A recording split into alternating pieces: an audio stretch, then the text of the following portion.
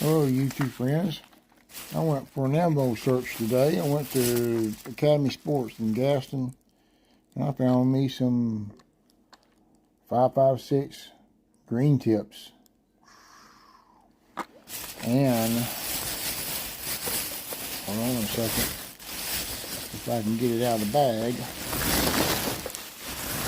I found some Subsonics 350 Legend, and they are 250 grain.